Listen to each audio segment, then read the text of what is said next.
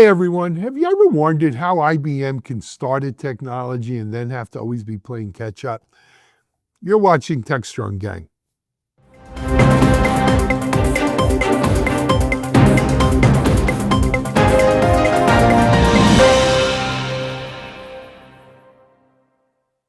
Hi, everyone. It's Alan Schimmel, and happy Wednesday to you. We've got some great stories here on Techstrong Gang today. As usual, there's a fair amount of AI, a little bit of open source, some intrigue, palace politics, and a bunch more. We've got a great gang to bring it to you. Let me introduce you to them and we could dig right in. So first of all, he's not up in Silicon Valley. He's out in Las Vegas land, in fabulous Las Vegas, as they say. He's our Silicon Valley editor, Jon Swartz. Hey, Jon, how are you? I'm good. It was pouring yesterday. We had a little bit of delay, but on our way in. But I'm looking forward to the ServiceNow Knowledge Conference this week. Oh, very cool. Yeah, it's a good conference. Yeah. Oh, good. We'll be looking for some good reports from there. Enjoy. Moving from Vegas to San Angelo, Texas, the data center capital of the world, or soon to be, in the Tech Concho Valley, I think it's called. She's our own editor, Amanda Razzani. Hey, Amanda, how are you? Hello, good. I'm pushing it for it to be. We're getting a lot of tech companies here. All righty. Then moving up, she's Futurum VP analyst, Mitch Ashley. Hey, Mitchell, how are you? Good. I've returned to the guitar background. Yes, I see that, and they are real. One of these days, we're going to have you open up the show playing the guitar, because I've had people ask me, does he really play those guitars, or are they just for show? They're a collection. No, I don't know how to play guitar. No, I've been playing guitar a long time. Happy to. Be careful what you ask for, Alan. Absolutely. And then moving from Mitchell over to Harrison, New York, he's our chief content officer, actually on his way down to the DC area today, right, Mike? For Nutanix, yeah. Yep. Chief Content Officer Mike Vizard. Hey, Mike. Hey, it's raining here in New York, and our prayers are answered because the Yankees are struggling, so we're hoping for a rain out. Pray for, what was it, Warren, someone else, and pray for rain?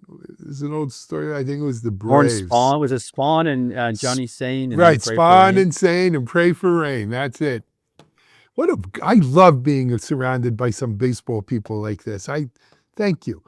So Mike, I teased it coming out. IBM is making a habit. I mean, quite frankly, they should have been owning the AI.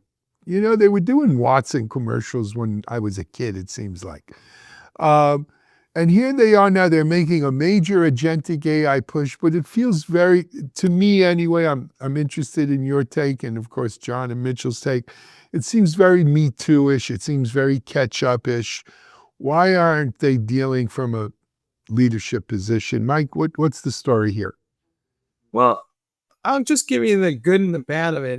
The good of it is they are actually putting together an orchestration framework around Watson X for integrating and managing all of these AI agents that are out there. And they now have 150 partners, and they're making a case that says, what matters here with agentic AI is access to enterprise data, and they are going to be the ones in the best position to provide that level of integration. The downside of it, and I'm going to pass it to Mitch in a minute after this, is that, it's a hodgepodge of other stuff. They bought Web Methods last year. They got Databricks, I think, as a data lake kind of platform. And they're once again stitching it together in a way that you could say was a consultant's dream, which is not necessarily what IT people are going to love. So, Mitch, you've been following this, but what's your take? Well, we've all, Watson has taken on many lives, right? And now, of course, being kind of the center of AI, or at least it has been, this is a pretty comprehensive announcement. And I understand kind of the hodgepodge of it, because there are some sort of things thrown in, right? They also did a Linux 1.5 distribution update for the Z17 mainframe that has the AI processing, the Telum 2 processors. But I think what I take from this is whether they're late to the game or not, every day, every week, it's hard to even write analyst papers about this because there's news every day. You have to go back and update what you're writing. They have a pretty comprehensive approach. And why I say that is they're not just introducing an agent capability, they're also including a framework called Orchestrate. They're also including an agent catalog for both agents that they built as well as third parties.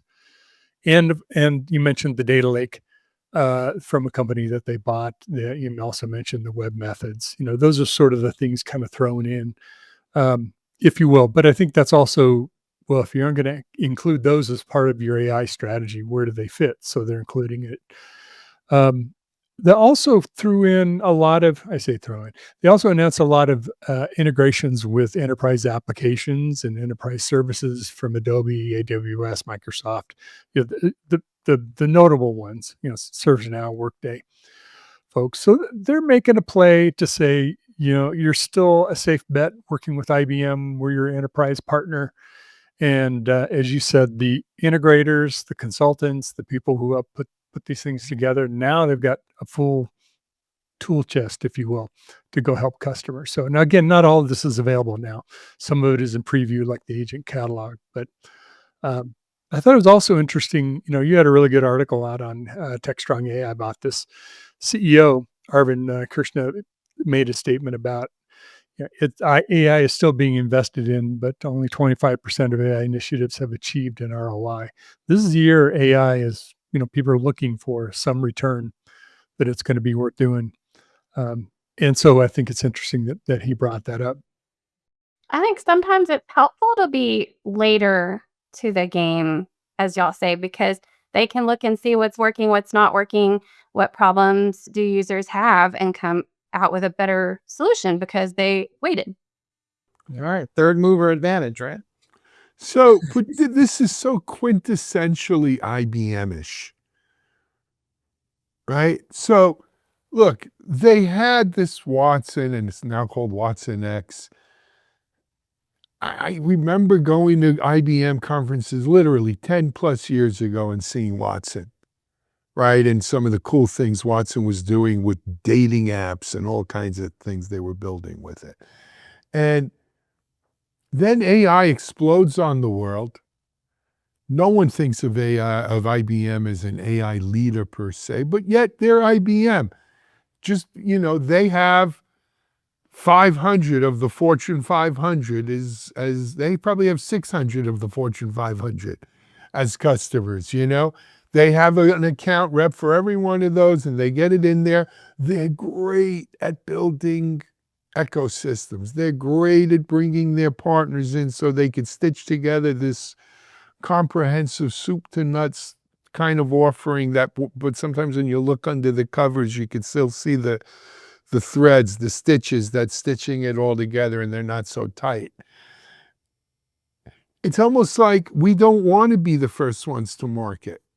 We want to come in with the big blue solution here that, is this big and is everything, right? And there's going to be a portion of the market that loves that, right? Their base customer base loves that. But there's also a portion of the market that says, look up overhead, dinosaur, that meteor might just fall on your head. And am I getting the cutting edge? I'm sorry, John. Right. AI is all about speed and about getting to market and about oh no, that's okay. AI is about getting to market and hitting people over the head with all these different announcements. And the only time I've really seen IBM's name associated with AI was as a partner of all these other companies that jumped the line or moved faster than IBM. The one thing, and Mike is, I think, totally right, is about this consultant's dream. When you stitch together so many different parts, it makes me think of somebody who's like building a crib and there's like hundreds of parts and they're supposed to figure it out. You usually bring somebody from the outside in to determine it. And I think that kind of hurts IBM. I also think the fact that they had this legacy, they had to jump on everyone and they kind of let it slip away. I mean, maybe they catch up and, they're a safe bet. So they have a lot of huge customers who will feel safe and secure doing this. But I just think they could have done more. But we'll see. This whole race is so predicated on hype and on reality and ROI, as Mike wrote. Maybe that helps them in the long run. So it was interesting to me that one of the things they called out in the press conference was that they have increased R&D investment. I think it was by 40 or 50% or something like that over the last 4 years, but the issue in my mind and the example of this is that for all that investment, they seem a little slow and they keep being usurped by somebody who comes along who's moving just a little bit faster. For example, Anthropic has this model context protocol out. Well, IBM has been working on the equivalent of that for a while, and then late last month turned around and donated that to the Linux Foundation. Now, whether that was because MCP is becoming a de facto standard or they're trying to build a community as an alternative remains to be seen. But I think most people didn't even know that IBM had such a thing in place. And so now, something is amiss with their execution is all I can say. So I'm going to disagree with you all on this, and here's my point of view on it. I'm pulling an Alan. I'm going to disagree with the panel. is I don't think it's possible for IBM to keep up with an Anthropic or a Cursor or all these companies in the. I mean, innovation is just happening so fast, and maybe they'll have some areas where they do carve out, some places where they get ahead. But when you're dealing with, the 600 companies of the Fortune 500, as you said, Alan, those people don't implement point solutions. They implement solutions at scale that have to integrate across multiple systems, multiple geographic locations. It is a big effort to put things in. So I haven't looked at their solutions and say, are they enterprise grade necessarily? But I got to believe that that's an approach that IBM has to take that the others don't. Anthropic can play in much different ponds and doesn't have to always deal with the very large companies and at scale because they don't have an embedded base to deal with. They also can deal down mid and down market. So let me be snarky for a minute. They could be Apple. That's behind. So there you go. That's my point of view. Yeah, Apple can get away with being late too. As IBM dawdles, you look at all these companies that are filling the gaps in all these different vertical applications or what have you, just specific types of agents. And by the time IBM gets it together and their customers understand how to put it all together, they may have been diverted to a better solution that came out faster. I mean, again, it's all based on speed, and IBM just moves slowly. That's just the way they are. But Mitch, here's, did you just here's call? sorry, I want go to clarify a point. Mitch, did you just call IBM the Apple of AI? Is that how you went with it? No, I was saying Apple is even later to the game than IBM. That was my point. They can get away with it, though. I mean, there's polling and surveys that just consistently show that people are willing because of all else, because it's Apple. They're just willing to wait. And hey, no, but Apple to be. But here's the paradox of this. Apple didn't invent AI. Apple didn't have an AI product out there when they had Newton. Dell didn't. IBM invests a ton of money in pure research, pure science. And as a result, they make breakthroughs, whether it's in AI, what they did with Watson, or quantum computing. They owned the whole quantum computing thing. Now you're starting to see all these quantum companies pop up and they're going to run circles around it a bit. Think back to remember the IBM, what was it? The IBM PC processor. It was really sort of an early sort of RISC-based processor. ARM did pretty well with those. IBM got out of the processor business, basically, right? So their MO is they spend billions. And a lot of time, those billions are well spent in basic research that come up with groundbreaking, inventing new technologies. And then they sort of abdicate that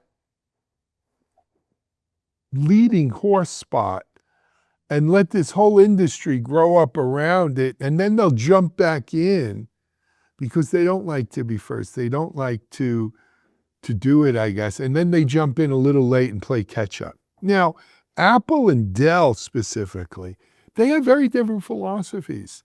Apple and Dell are sort of the old bull and the young bull at the top of the hill. Remember that story? They're not looking to race down there and be the first one down. They don't like to jump into a market until the market is well established, it's multi-billion dollars, and that they have a plan that's going to capture a substantial share.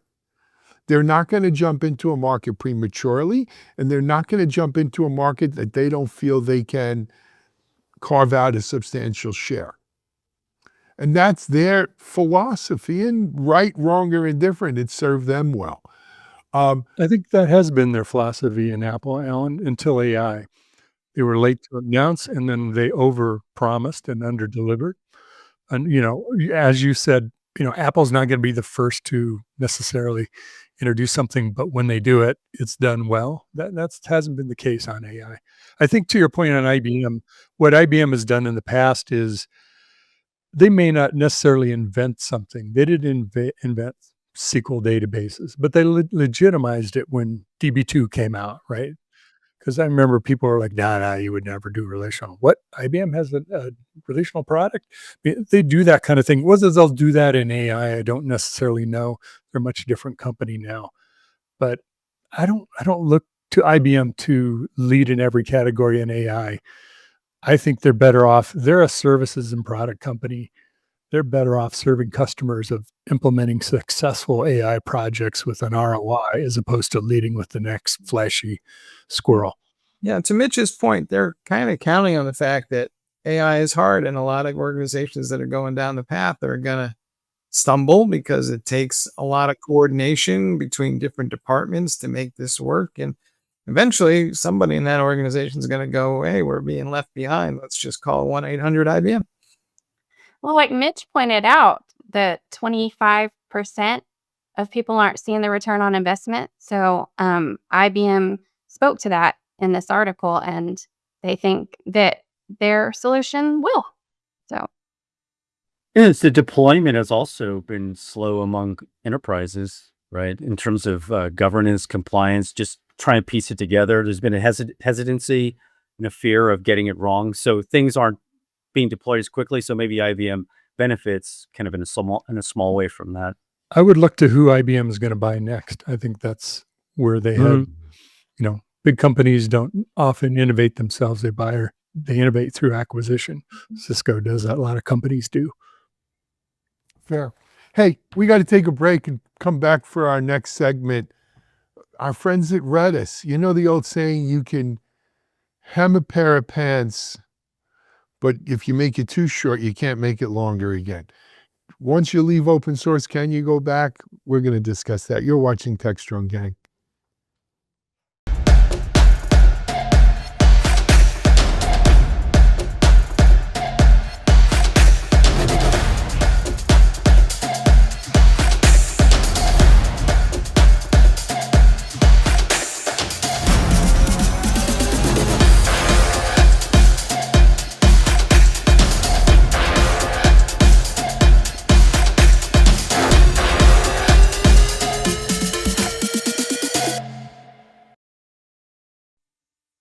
All right, folks, we're back and we're moving on to Redis. And they say you can never go home again, but here comes Redis trying to be an open source company one more time because they kind of led the charge with moving away from open source when there was a lot of investors were unhappy with the returns that were being generated for these companies. And yet that led to a lot of forks of Redis, and a lot of people jumped on those forks. And we've seen this play out before in open source environments. But Alan, let's start with you. I know you track this whole area pretty closely. Can you go back once you left the farm?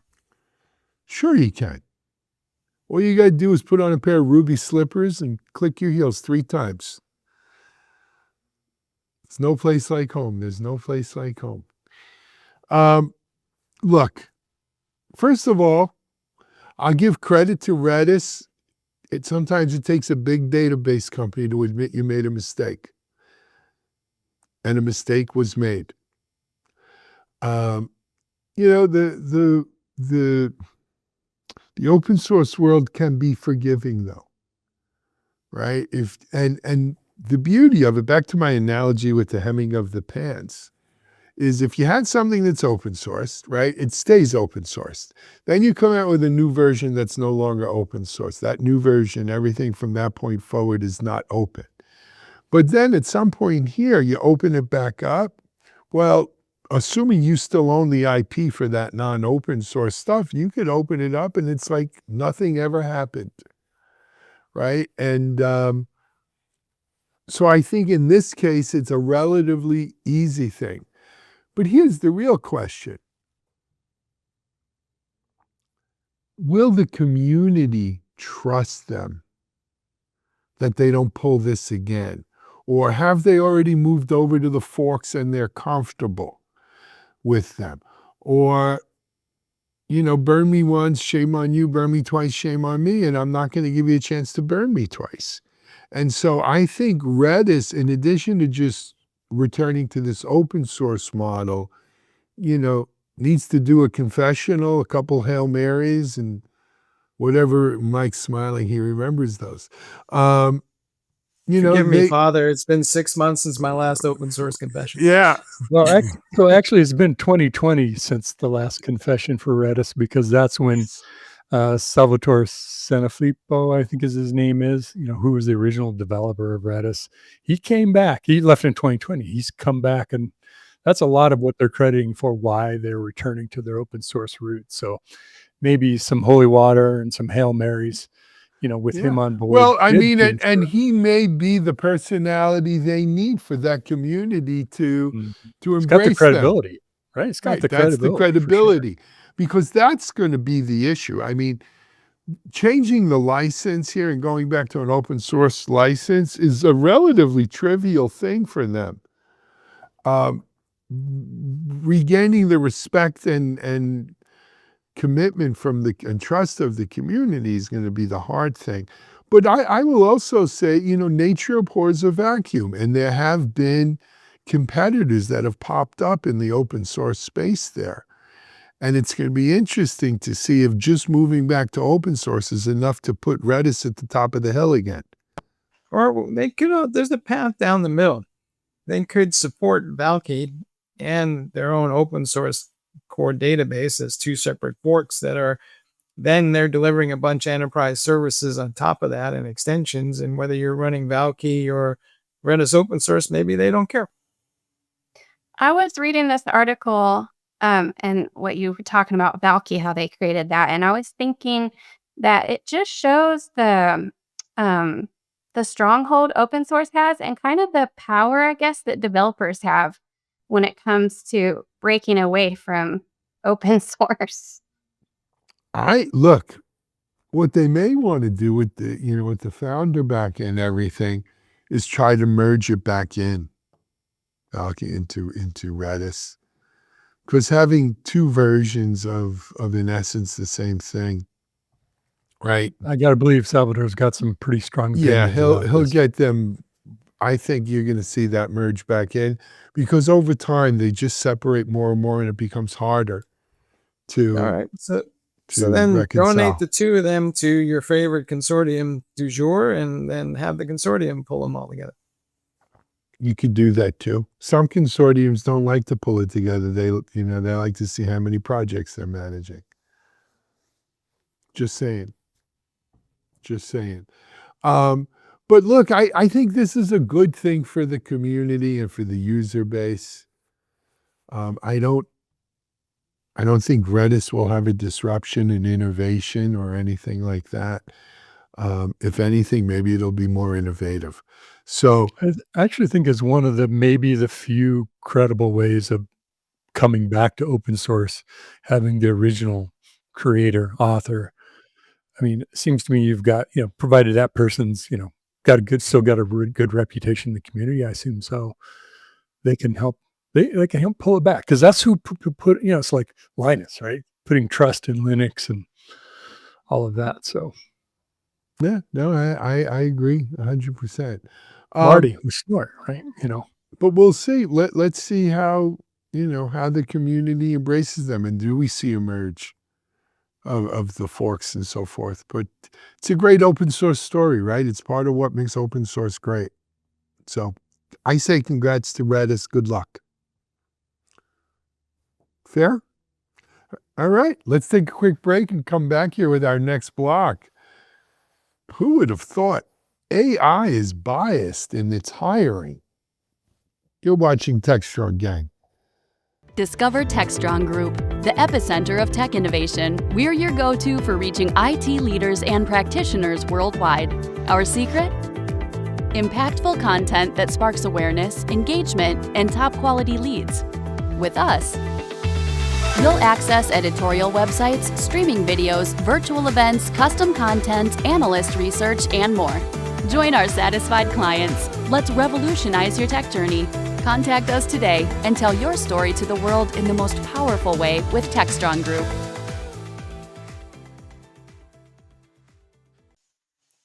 Hey folks, we're back, and this is a subject of a lot of interest these days because, well, folks are looking for work in all kinds of fields, and there's always been this perception that somehow or other the process has been biased. And Jon has a story now up on techstrong.aa talking about how, well, I guess if you look at it, the data and the processes used to train the AI model to apply it to HR seems to be favoring men.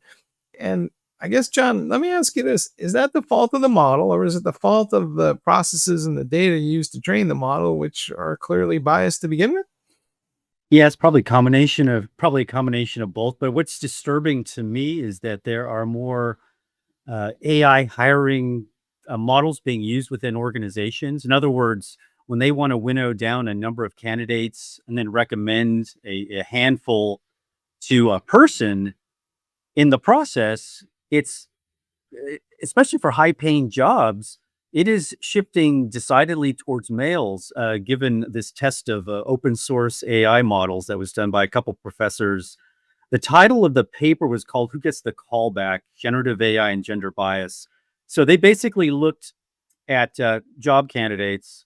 And they analyzed mid-sized open source large language models for signs of gender bias in hiring recommendations.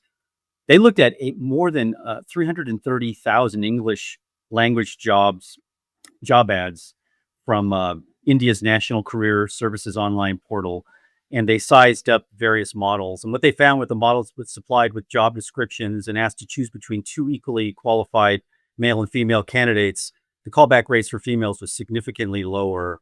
And according to the professors, and I'm quoting them, these biases stem from entrenched gender patterns in the training data, as well as from agreeableness bias induced during the reinforcement learning from human feedback stage. So in other words, Mike, the first two things that you mentioned, those two factors weigh heavily in this. And I don't know how you address something like this, but it doesn't surprise me in the least. And the other thing that's interesting to me is that while this is happening, the Atlantic did a survey, they did a study of college graduates and the unemployment rate, and it's up to 6%, which is significantly high. And AI is playing a part in that, not just in terms of taking jobs or low-level jobs, but I think in the hiring process, it's skewing dramatically towards men. So the job market, if it wasn't already difficult enough because of the prospect of competing with AI, it's not being helped by the AI hiring process that's in effect in a lot of companies. Well, first of all, I'm glad this is being pointed out, but my reaction to it is, duh. We can't fix the biases in our human processes of hiring people. Why would we believe that AI would be suddenly better of it? Maybe it's the hype of AI, but to your point, Jon, it's trained on the data. Guess what's in the data? The information that the models are trained on. Unless you take explicit measures and change the weights to try to change that model. Yeah, of course it is. Not that it's a good thing, but okay, let's address it now.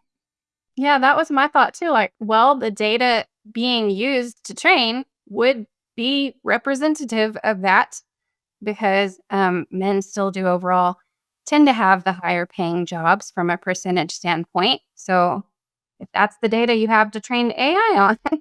Question is, do we fix the models or do we fix HR first? Well, this has been broken forever, right? In my mind, we've been playing, keyword bingo on resumes forever and running them through these HR apps to kind of find somebody who's quote unquote qualified. I also think that a lot of the people who are doing the hiring kind of, they kind of tangentially work with HR and they go out and post a job. But most of the people I know who hire folks, they hire people they already know. So they build their own little network and they're not kind of, shall we say, very serious about what HR might bring in the door.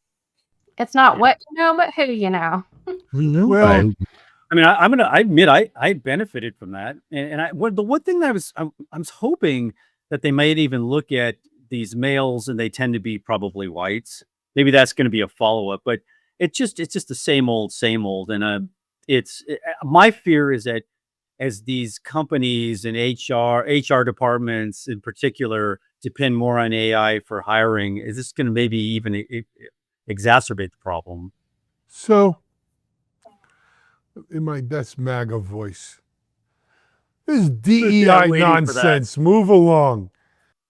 I was going to say DE. I was going to say that, but I was waiting for you to say it, Alan. It's so true, though. You going to defund it, Alan? Defund it. Not only that, I've asked the Justice Department to look into it. Investigate. Right? Mhm. I'm going to say the truth. Hey, if we stop testing, it'll go away, right? Right. Yeah, exactly. It didn't exist. I'm going to say I know a lot of people really struggling to find work, and it's come to a point where people are trying to use ChatGPT or other forms of AI tools to figure out how can they break through the AI filtering process. What's going to be the keywords the AI picks up that's going to get theirs ahead of the thousands of other applications? Or power to them, weaponize AI to There are a lot of combat the people HR actually, AI. yeah, and a lot of people are using AI to write their resume letters now. A lot. Most So they people all are, tend I to think. be the Yeah. same. So Well, most people are, yeah. But for specific jobs, let's say in terms of coding, right? I remember interviewing a company that were based in the UK, where what they would do is you would hire them if you're looking to hire coders, and they would prepare a prompt, code something like this, and then it would, using AI, look at the code you generated, the code you wrote, without having your name, your background, your sex, identity, whatever, and then just pick who wrote the best code. And that was a way of kind of leveling the playing field, right? Now, with today, AI writing the code, I think that screws the whole thing up. But there are ways where I think we could use AI to level the playing field and maybe try to get some of that bias out of there. I don't know, Alan, because if the model was trained on all the code that's been developed, and most of that code was developed by males, and if you assume there's a difference in that, or maybe culturally, Yeah, no, India versus absolutely. US, it's going to have those biases even in the code. It's going to favor what it I thinks mean, is. even English as a second language coders Exactly. are at a disadvantage, perhaps. I'm not saying we shouldn't try to use it, but I think we have to recognize it has a natural bias into it, and that's what we have to figure out. I How to- thought that's how to why we address had a DEI program. No, we defunded that. Well, I said had in the past tense. Oh, okay. But that was the reason for it, right? Was because it's built into the system. It's built into the SATs and the LSATs and everything else. When you have basically white men making the rules, you're going to have rules that favor white men. And no matter how much you stamp up and down and whine and threaten and huff and puff, it doesn't change the facts on the ground. And I would like to see the AI models vetted by some third party and maybe, some sort of that third testing party is not made certification. up of white males.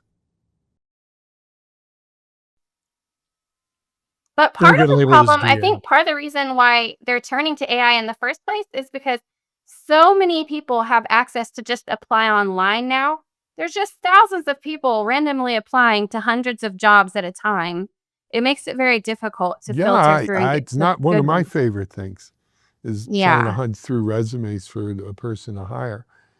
Anyway, let's hope it gets better. I think this is an area where we can get better with AI and we can level the playing field. And we owe it to all of us to do that.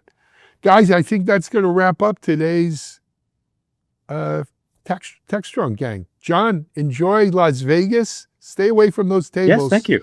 The house always wins. I don't gamble. I know. I don't gamble. All right. No. Amanda, Mitch, we'll see you soon. Mike, we'll see you soon. Well, you'll be at Nutanix this week. Looking forward to some reports from there. Until next time, though, until tomorrow, we have a full Techstrong TV lineup following today, including, I believe we have a Tech Field Day going live today. So you'll be able to see that here on Techstrong TV. Until next time, this is Alan Schimmel. Have a great day. We're out.